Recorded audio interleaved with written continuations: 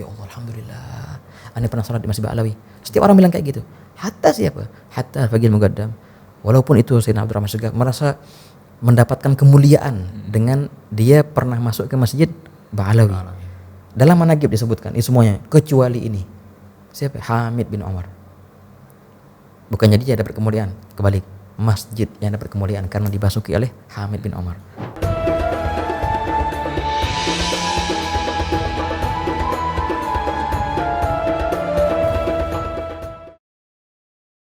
Ini juga Imam Abu Hanifah ketika bilang hum rijal wa nahnu rijal itu bukan kayak lu gue gitu ya. Mumtaz. Saya kalau penghormatan. Sawak kalamukum. Masya Allah tuh. Nah inilah yang dimaksud dengan fityah tadi. Yang mereka punya semangat jihad, ijtihad wahayla safhil munhana waddali. Wahayla tasghir ahl, ini mereka itu penghuni daripada safah. Safah itu artinya pinggiran. Daripada munhana juga sama, wadi di Mekah. Mereka yang tinggal di bawah atau tepi lembah-lembah Mekah itu, dan juga waddal ini nama apa namanya, nama pohon. Nama pohon, jenis tanaman ya. Betul, jenis tanaman. Apa ceritanya kok ada pohon-pohon di sini? Nah ini sama juga. Jadi orang-orang Arab tuh selain mereka mengkinayahkan terhadap orang yang mereka cintai dengan nama tempat ataupun dengan nama perempuan ataupun bisa juga dengan nama binatang. Coba untuk bayangkan.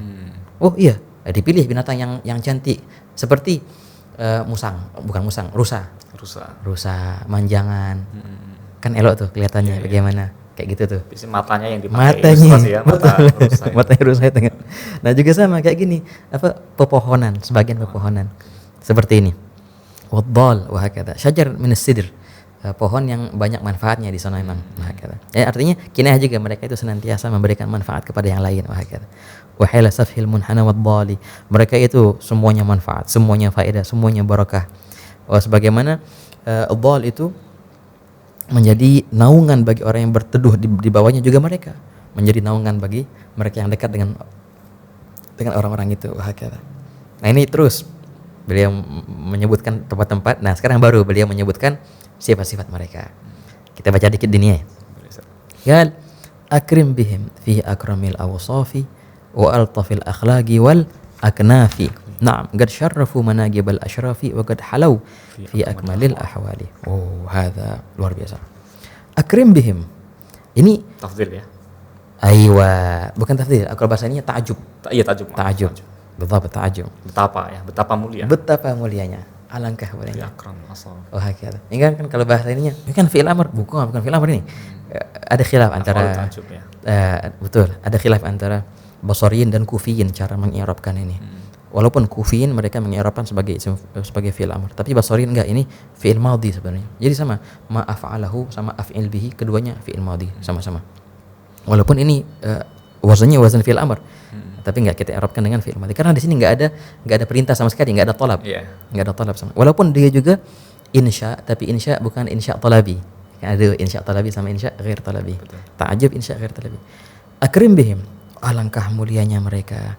Fi akramil awsaf, yang menempati memang sifat-sifat yang mulia. Yang paling mulia ya, akram. Betul. Isim tafdhil. Fi akramil, yang menempati sifat yang paling mulia.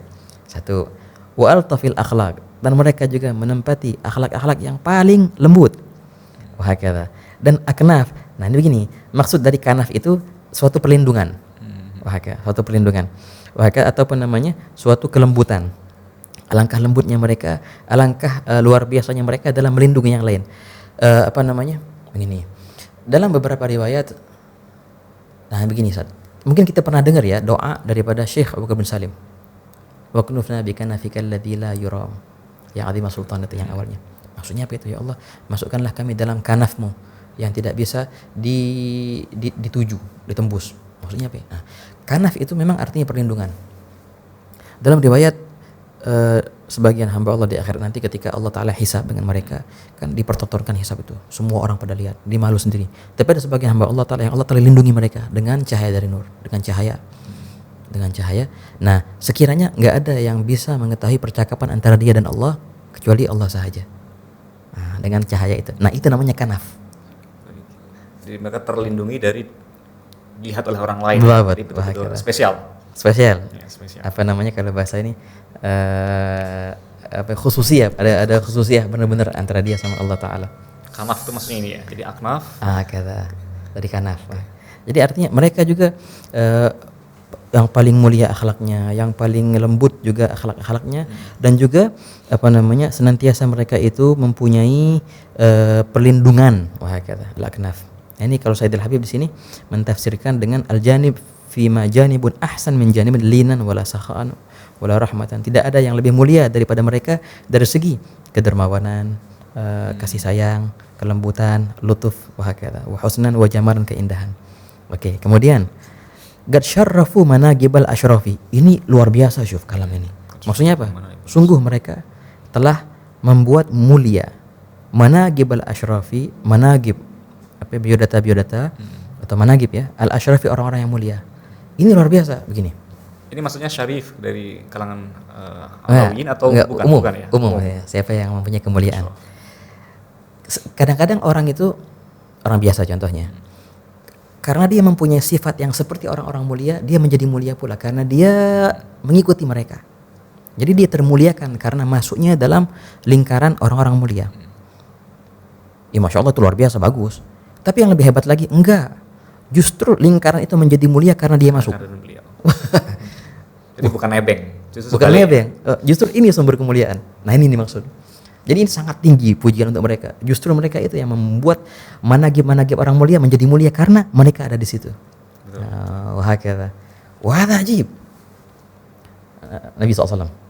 Wah kata, kan dalam ceritanya apa namanya waktu baginda SAW masih bayi, ketika tawaf, dalam riwayat Abdul Muttalib, juga dalam riwayat pamannya Abu Talib, ketika tawaf mau nyodorin Nabi SAW wajahnya ke Hajar Aswad. Apa yang terjadi? Hajar Aswad yang datang ke Rasulullah. Nah, orang-orang dari jauh-jauh setengah mati mau nyari Hajar Aswad, tapi Hajar Aswad ini yang nyari Rasulullah SAW. Oke, contoh. Juga ada seorang dari kalangan Bani Alawi, ada namanya Al-Imam Hamid bin Umar bin Hamid. Ini luar biasa nih. Itu beliau apa dalam manaqibnya itu julukan beliau Makhtub al-Hadrah. Makhtub artinya apa? Yang dilamar. Dilamar. Sama juga melamar dan dilamar. Jauh antara berbeda. Farq baina man kana yukhtab wa man kana khatib, kata Umar dalam perihal itu. Dalam ceritanya Al-Imam Hamid bin Umar, kenapa kok dilamar? Ya begini ceritanya. Ada cerita ma'ruf madhkur fi adad min al-kutub. Hamid bin Umar ini siapa? Ini muridnya Imam Haddad. Muridnya Habibullah bin Al-Haddad. Beliau yang menjadi imam di Masjid Ba'alawi di masanya. Beliau itu dijulukin Makhtub al-Hadrah karena suatu saat beliau haji, kemudian beliau ziarah ke Madinah. Orangnya biasa dan tawadhu, orangnya itu luar biasa, tawadhu banget. Ketika beliau sampai ke Madinah untuk berziarah ke baginda SAW, beliau lihat, orang pada rame. Ya, beliau duduk di saf yang paling akhir, nunggu antrian. Di saat yang sama penunggu Al-Hujrah Syarifah yang nunggu penjaga magam Rasulullah SAW tidur dan mimpi lihat baginda SAW. Kau bangun, carikan anakku Hamid bin Umar. Fa inni urid an anzura. Aku pengen melihatnya. Gitu. Bangun itu. Dalam cerita bangun. Langsung teriak dia di saf pertama, "Afikum Hamid bin Umar." Enggak ada yang noleh. Saf yang kedua. Di belakang tadi ya. Dua, ketiga, sampai ke ujung. Pas di saf yang terakhir, "Afikum Hamid bin Umar." Berdiri beliau. "Ya, kenapa, ada apa? Aku Hamid bin Umar." Langsung nangis tuh. Penjaga Hujjah Syarifah langsung dia teriak, "Ayyuhal jama', wahai para hadirin, saksikanlah bahwasanya aku barusan mimpi Rasulullah dan baginda SAW rindu untuk melihat anaknya ini." Langsung semua yang ada di situ membukakan jalan untuk beliau dan akhirnya beliau yang memimpin ziarah itu. Nah, gara-gara itu beliau dijulukan Makhtub al-Hadrah. Beliau ini manaqibnya luar biasa, Ustaz. Ini luar biasa banget. Itu beliau kalau duduk dengan orang tuanya ya enggak gerak. Walaupun ada laler gitu. Antum karena antum ke Hadramaut, antum bakal lihat laler di sana enggak kayak laler di sini. Laler di sini baik-baik, kita usir ya ngilang. Laler sana kagak, kita usir nemplok lagi. Dan benar-benar ngeselin laler itu. Ngeselin di sana. Ada musim-musimnya lagi kan ya. Ada musim kalau musim dingin. Itu dalam manaqibnya beliau itu kalau lagi duduk sama orang tuanya ada laler 2 3 enggak berani gerakin tangan untuk ngusir laler. Wah, itu ya, pada orang tua. Hebat sama orang tua. Sampai-sampai mukanya itu penuh dengan laler. Tetap duduk beliau. Kalau beliau mau keluar dari kamar orang tuanya, beliau mundur gitu, kayak kita di sini budaya orang Indonesia di sini mundur gitu. Itu menurut orang Arab itu jarang itu. Budaya kayak di sini nih, apa membungkuk gitu ya, membungkuk atau jalan dengan ke belakang gitu. Itu orang Arab menganggapnya ini terlalu lebay kalau budaya orang sono. Iya kan ya? Betul. Nah, inilah yang dibuat oleh Hamid bin Omar. Dan juga kenapa kok kita sebutkan perihal beliau ini diceritakan dalam manaqibnya. Masjid Ba'alawi kan ada masjid tuh di Kota Tarim, masjid tertua yang pernah dibangun oleh Ahlul Bait. Yang bangunnya Masjid Ba'alawi. Sayyidina Ali Khalid Ghassan. Masjid yang lain banyak, yang tua banyak, tapi yang Ahlul Bait yang pertama kali buat masjid ini. Sayyidina Ali Khalid Ghassan di Tarim membuat masjid Ba'alawi, Masjid Bani Ahmad dulu namanya. Yang di situ tuh ada tempat kalau Fagil Mugaddam setiap malam salat 1000 rakaat, di situ tempatnya ada. Itu masjid Masya Allah nawir. Itu masih dibuat ketika baru-baru pindah mungkin ya. Betul. Ali Khalid Ghassan bin Sahib Mirbad berarti kan. Bizabt. Nah itu nih orang pertama kali daripada dzurriyyat muhajir yang pertama kali masuk ke Tarim beliau ini, Ali Khalid Ghassan. Itu sudah sangat tua sekali maksudnya. Oh banget. Beliau buat masjid dan akhirnya beliau wafat di Kota Tarim kan. Itu Ahlul Bait pertama kali yang terkubur di situ, Ali Khalid Ghassan bin Alwi. Beliau punya anak Muhammad Sahib Mirbad. Oh putranya ya. Putranya. Sebenarnya Sayyid Muhammad Sahib Mirbad juga di Tarim. Akhirnya beliau hijrah kan ada perihal problem hijrah ke Mirbad. Tapi anak beliau ke Tarim lagi, ya kan ya. Ali Abil Faqih. Nah, dalam ceritanya, jadi setiap orang masuk ke Masjid Ba'alawi merasa terhormat. Ya Allah, alhamdulillah. Anda pernah salat di Masjid Ba'alawi. Setiap orang bilang kayak gitu. Hatta siapa? Hatta Fagil Mugaddam. Walaupun itu Sayyidina Abdurrahman Segaf merasa mendapatkan kemuliaan dengan dia pernah masuk ke Masjid Ba'alawi. Dalam manaqib disebutkan ini semuanya kecuali ini. Siapa? Hamid bin Omar. Bukan jadi dia dapat kemuliaan, kebalik. Masjid yang dapat kemuliaan karena dibasuki oleh Hamid bin Omar. Nah, seperti ini. Nah, betul. Itu jarang kayak gitu kan. Semua orang dapat berkah, ini enggak ngasih berkah malahan. Qad syarrafu manaqibal asyrafi wa qad halau fi akmalil ahwali, dan sungguh telah mereka, ini bisa dua, bisa halau bisa halau. Kalau pakai tasydid halau berarti sakan. Sungguh mereka telah menempati tempat di mana fi akmalil ahwali, dalam keadaan yang paling sempurna. Atau halau artinya minal hala, apa namanya, manis, indah. Dan sungguh telah mereka menjadi indah dalam sifat-sifat yang sangat mulia. Wah, kata. Nah, habis itu apa sih sifat-sifat itu? Manaqib itu apa? Kemudian akramul awsafi itu apa? Al-tafil akhlaq beliau akan sebutkan dalam beberapa bait kemudian. Nanti apa namanya? Falyastami' man kana dha ashwagi ila ulumil qaum ila sifatil qaum wal akhlaqi wal yattabi' fal haqqu sagin bagi qad amma kullal khalqi bin nawal. Itu yang beliau akan tutup fasal pertama ini.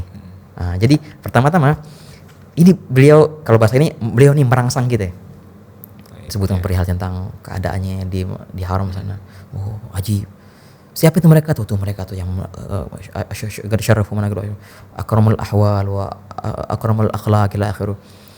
Badan bajib abis ini hum nazalu sirra suwaida qalbi. Kalau ente mau tahu enggak siapa mereka itu, gimana sifatnya? Ayo dengerin dalam fasal yang kedua. Nah, jadi gitu.